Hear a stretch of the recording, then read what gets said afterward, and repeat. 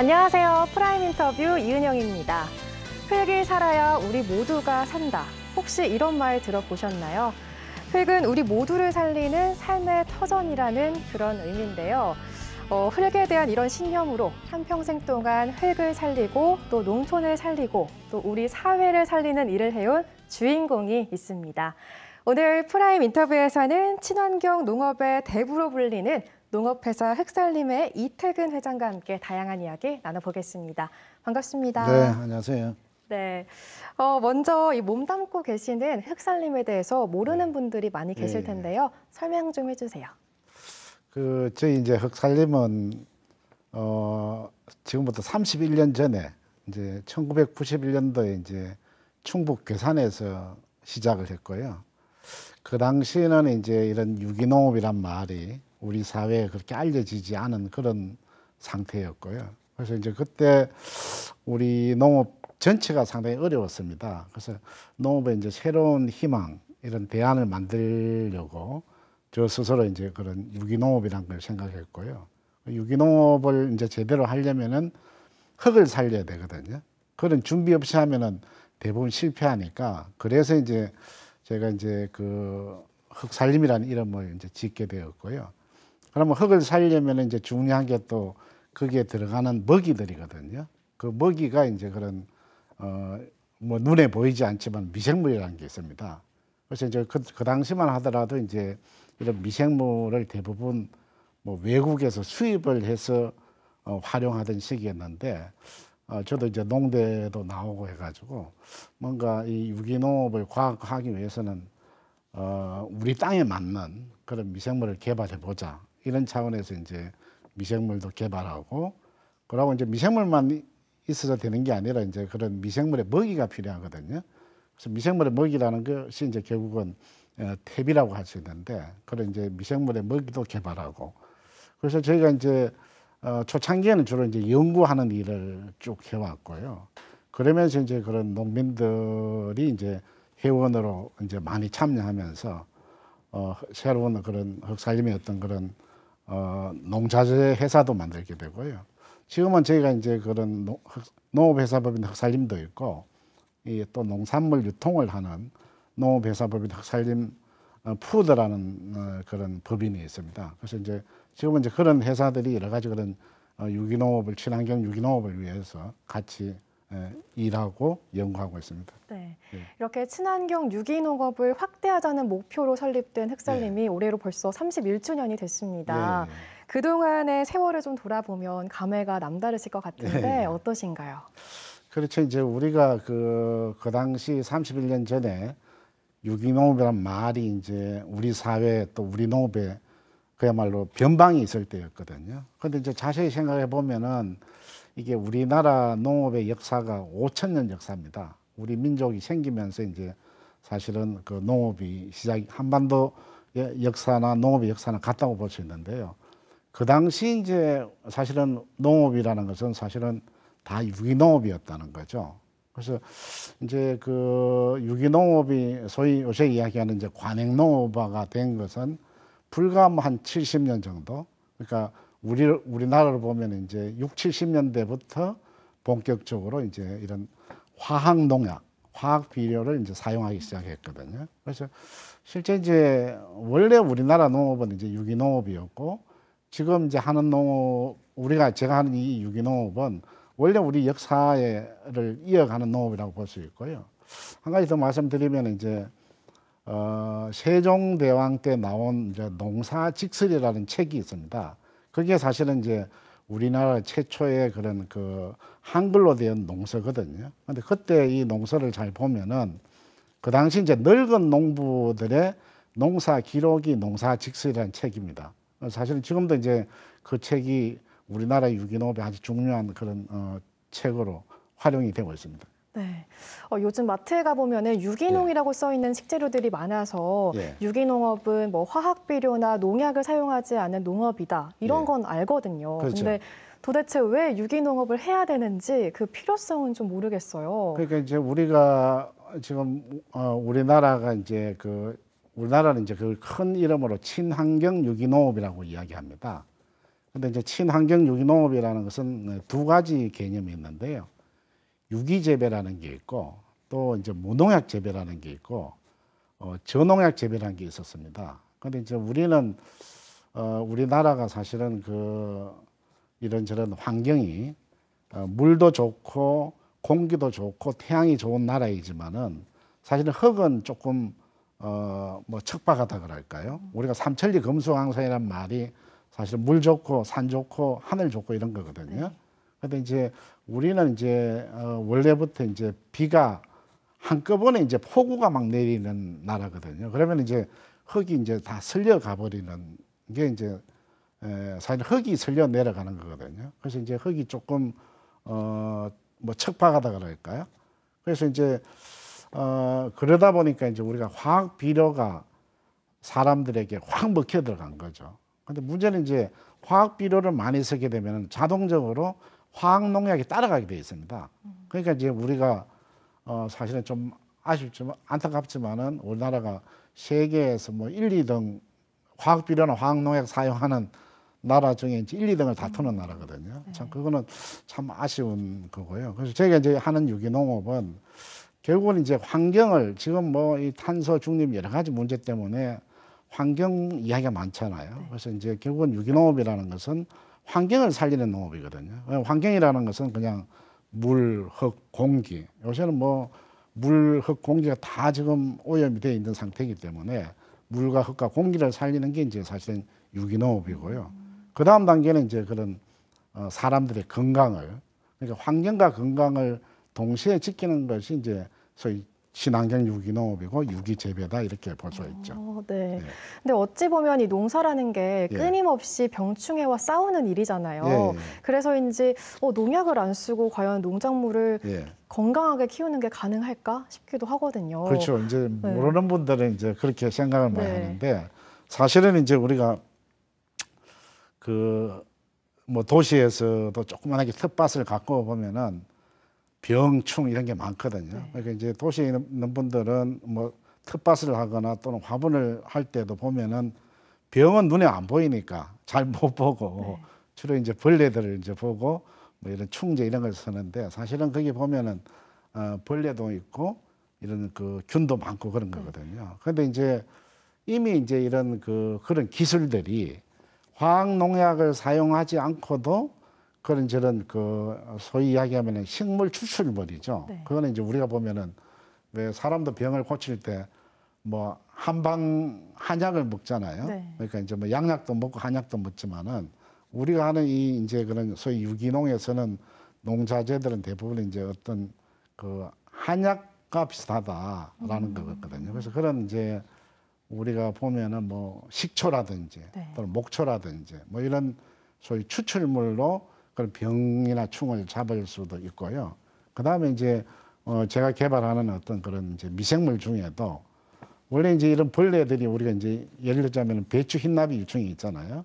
근데 사실은 나비는 충을 일으키는 게 아니고 사실은 그 벌레가 그런 걸 이제 잡아먹고 벌레가 사실은 그 유충이 식물을 가해하는 거거든요. 그러면 이제 그런 미생물을 먹으면은 그 벌레의 장을 파열시켜 가지고요. 사람도 식중독 걸리면은 막 뭐 설사도 하고 배가 아프잖아요. 그 대신 이제 그런 그 병충도 그런 미생물을 먹게 해가지고 그래서 배추 잎을 깔아 먹으면은 그 미생물을 뿌려 놓으면은요 이제 그 배탈을 나게 해서 이제 억제하는 그런 여러 가지 요새는 새로운 기술들이 많이 개발되어 있기 때문에 초창기 제가 할 때는 뭐 그런 가지가 여러 개 부족해서 어려웠지만은 지금은 뭐 그런 화학 농약이 없어도 새로운 여러 가지 방식으로 많이 개발되어 있습니다. 네, 예. 이 유기농업이 왜 필요한지 또 예. 어떻게 하는 건지 기본적인 정보를 좀 짚어봤는데요. 예. 이 유기농업이라는 말조차도 생소할 때부터 지금까지 30년이란 시간 동안 예. 회장님께서 흘린 땀과 예. 노력 덕분에 우리나라의 유기농업에도 정말 많은 변화가 있었을 예. 것 같아요. 그동안 어떤 점들이 바뀌었을까요?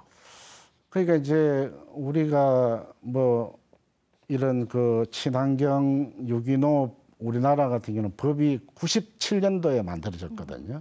그러니까 벌써 한 25년 정도 뭐 다른 선진국들보다도 우리는 사실은 법이나 이런 건 훨씬 빨리 만들었습니다. 그러니까 만들었는데 좀 문제는 이제 그런 이 농사 짓는 농민들이 예전에는 상당히 그런 뭐랄까 철학을 가지고 내가 이 유기농업을 하면은 환경을 살린다 이런 철학이 있었거든요. 네.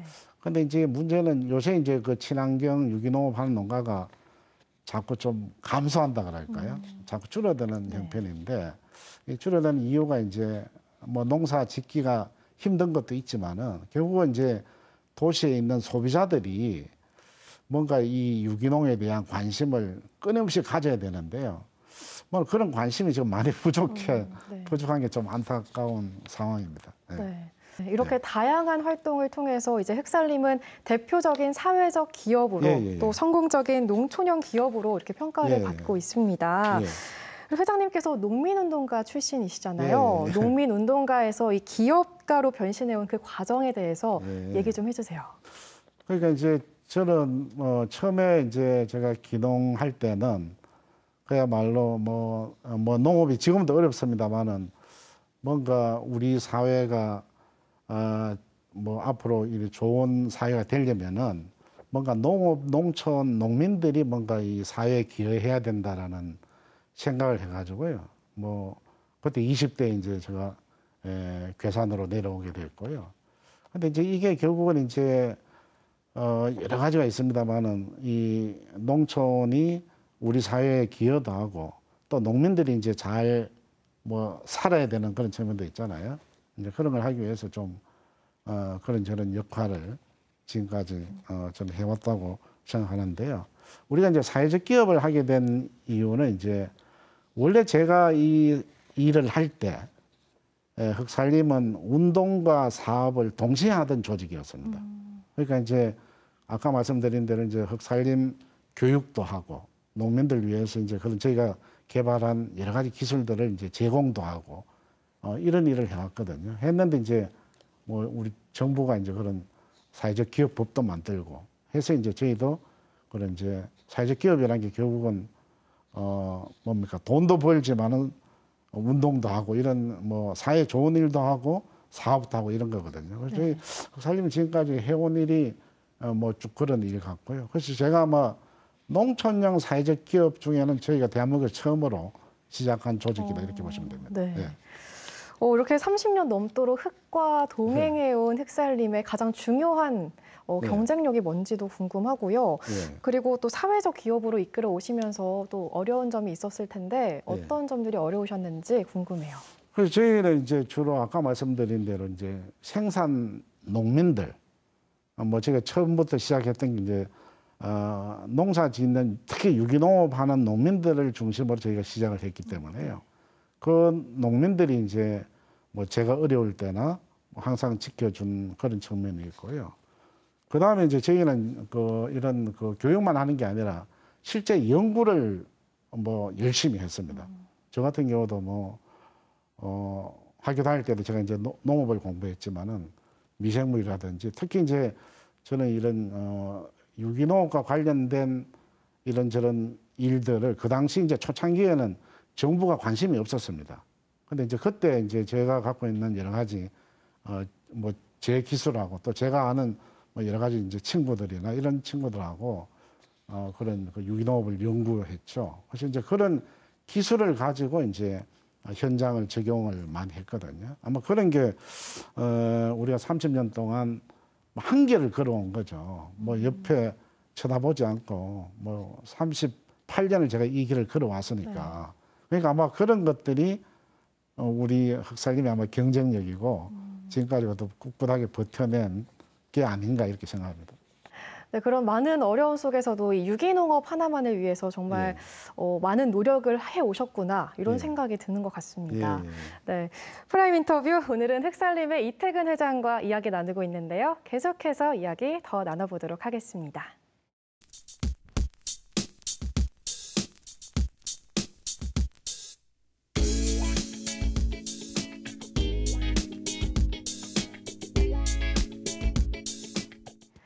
네, 지난해 30주년을 기념하는 의미에서 회장님께서 책을 쓰셨더라고요. 제목이 흙 없인 못 살아인데요. 이거 어떤 내용인가요? 그러니까 이제 우리가 이제 아까 말씀드린 대로 흑살림이 이제 30년이 되면서 뭔가 의미 있는 걸 하나 써야 되겠다 이런 생각을 했고요. 근데 제가 이제 30년 동안 그 계속 신문을 만들었거든요. 네. 매월 이제 신문을 만들면서 그런 그 정말 유기농업을 선진적으로 해온 농민들을 이제 만난 기록들이 있습니다. 그래서 그런 분들 이제 30명을 저희가 골라가지고 그 책을 다시 정리를 했고요. 네. 그래서 이 이제 30분이 사실은 뭐 이미 돌아가신 분도 있고 뭐 아직 계신 분도 있는데 우리나라의 어떤 그런 유기농업의 기초를 닦는데 헌신하신 분들이거든요. 네. 그래서 그런 분들의 자료를 모아보는 게 필요하다 해서 흑살림이 30주년이 되면서 그분들 자료를 정리한 내용들입니다. 네. 예.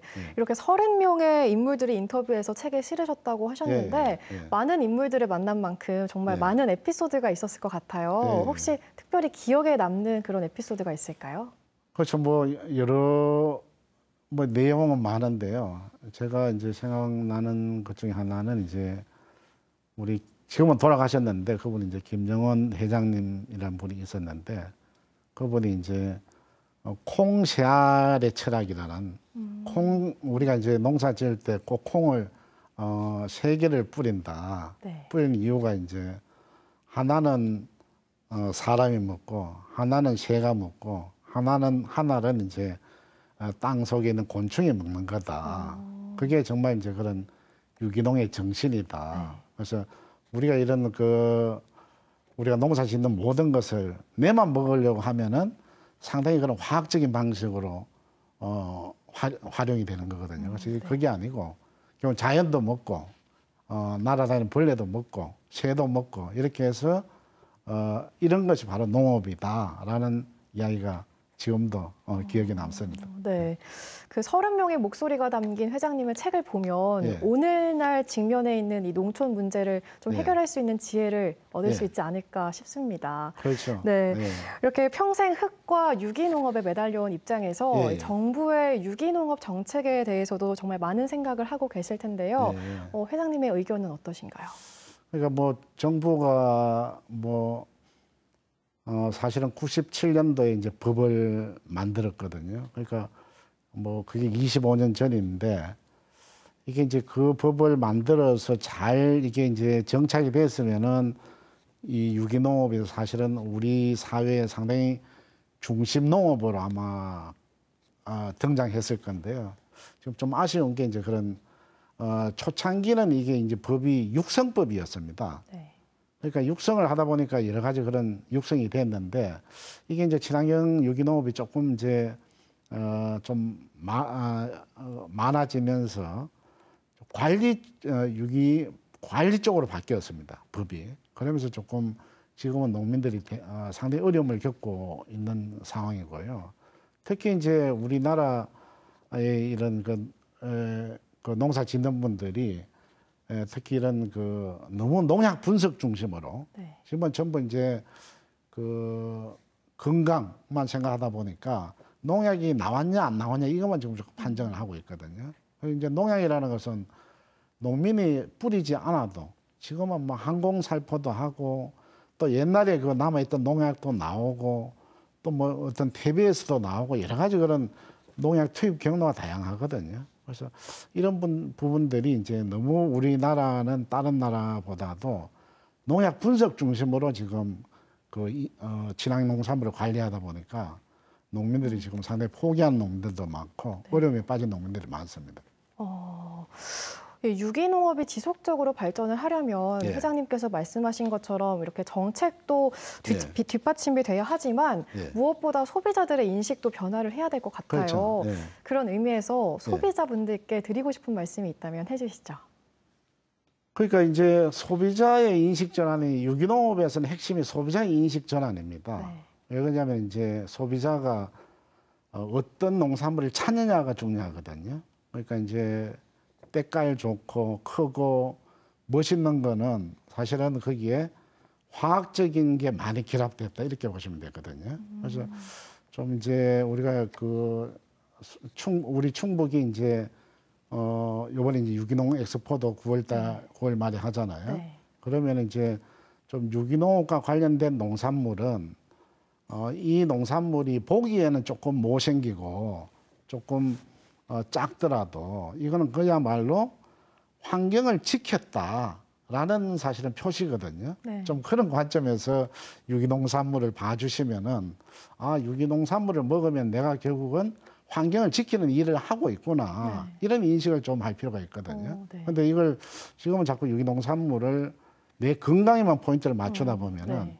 어떻게 보면 수입 유기농산물이 막 들어올 수도 있고요. 근데 수입 유기농산물은 우리 환경하고는 아무 관계가 없거든요. 네. 그래서 좀 소비자들의 관심이 좀 그런 그 환경 중심으로 이 바뀌어지면은 네. 유기농산물 선택할 때도 좀 새로운 인식을 가지지 않을까 이런 생각을 갖고 있습니다. 저도 소비자니까 이제 환경 중심으로 생각을 예. 한번 해보겠습니다. 예. 네, 흑설림에서는 또 이 지역에서 생산하는 친환경 농축산물로 전문 예. 쇼핑몰을 운영하고 있다고 들었는데요. 친환경 생산 농가나 주변의 소비자들의 반응은 어땠나요? 그러니까 이제 저희가 지금까지 그런 그 친환경 농산물을 가지고 이제 학교 급식에 주로 참여를 했거든요. 네. 그러니까 이제 서울시 학교 급식하고 우리 청주시 학교 급식에 이제 참여를 하고 있어요.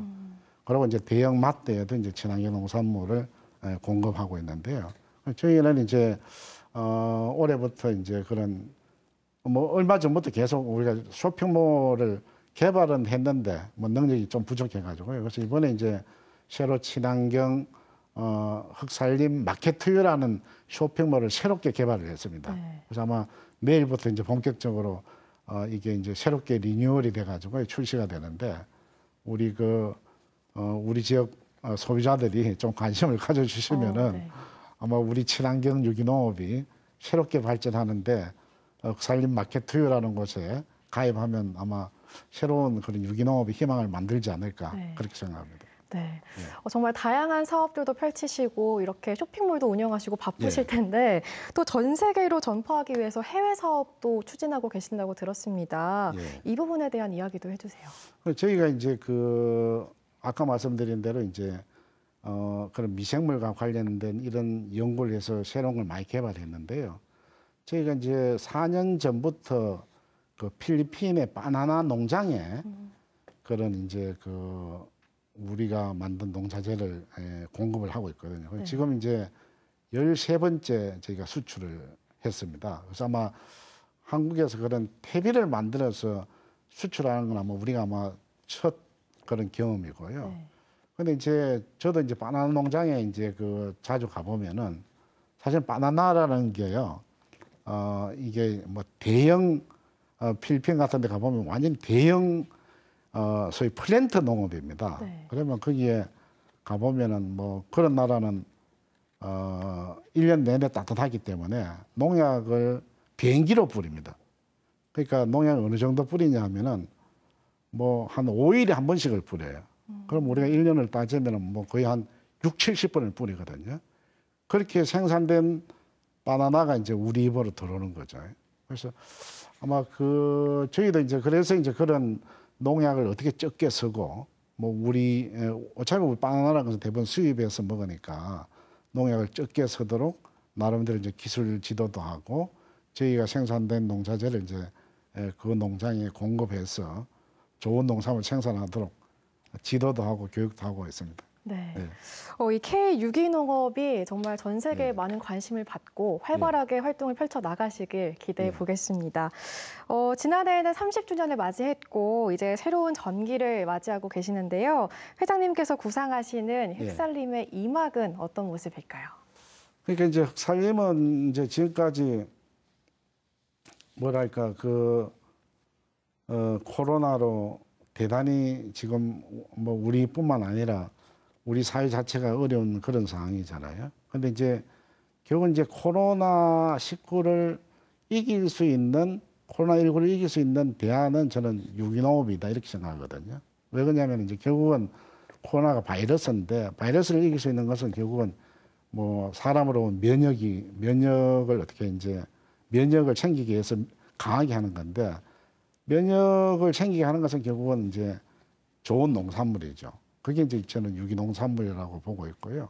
앞으로 이제 저희도 뭐 어떻든 간에 앞으로도 이제 끊임없이 유기농업을 소위 지금 대부분 이제 유기농업을 하면 생산이 떨어진다 이런 주장을 많이 하고 있거든요. 네. 저는 이제 관심이 유기농업을 하려면 이제 흙을 살리면은 생산이 떨어지는 게 아니라 생산이 더 높아진다. 이런 걸 좀 증명도 하고 싶고, 여러 그런 농민들이나 소비자들에게도 유기농업은 그냥 이런 변방의 농업이 아니라 우리 농업의 중심으로 한반도 전체가 그야말로 유기농업이 되도록 그런데 관심을 가지고 앞으로 노력할 계획입니다. 네. 올 가을에 이제 괴산 세계 유기농 산업 엑스포가 열립니다. 예, 예. 이 흑살님도 당연히 참여를 할 텐데 예. 어떤 식으로 이 행사에 참여하는지도 궁금하고요. 또 이 괴산 세계 유기농 산업 엑스포를 기대하고 있는 많은 분들께 예. 드리고 싶은 말씀이 있다면 해주시죠. 그러니까 저희도 이제 제가 2015년도에 유기농 엑스포를 할 때 저도 이제 조직이 이제 부위원장도 맡고 상당히 열심히 노력을 했고요. 이번에 이제 2022년 유기농 산업 엑스포도 중요한 이제 유기농업의 어떤 새로운 변화를 일으키는데 중요한 역할을 한다 이렇게 보고 있고요. 저희도 이제 거기에 이제 부스도 만들 계획이고요. 그러면 저희가 이제 농장이 있습니다. 네. 그 이제 흑살림 농장을 저희 그런 견학 코스로 만들어서 지금은 저희 이제 농장이 지금까지는 그냥 유기농산물을 생산한 농산물이었는데 지금은 그런 치유 농장으로 지금 변모를 하고 있거든요. 지금 이미 저희 농장에 와 보시면은 그 수국도 많이 있고요. 그다음에 백년도 많이 있고 그런 완전히 꽃 농장으로 지금 만들어서 이런 유기농업이라는 것이 어떤 새로운 가치를 만드는데 지금 이번 유기농 엑스포를 위해서 기여를 해보려고 지금 준비도 하고 노력하고 있습니다. 네, 예. 저도 개인적으로 기대하고 있는 행사인데 예, 예. 흑살림 부스에 한번 방문하도록 하겠습니다. 예, 예. 네, 한평생 또 이렇게 흙과 함께해온 우리 회장님의 모습은 이 많은 농민들한테는 하나의 이정표가 될 예. 텐데요. 앞으로의 목표나 계획이 어떤지도 말씀해 주세요.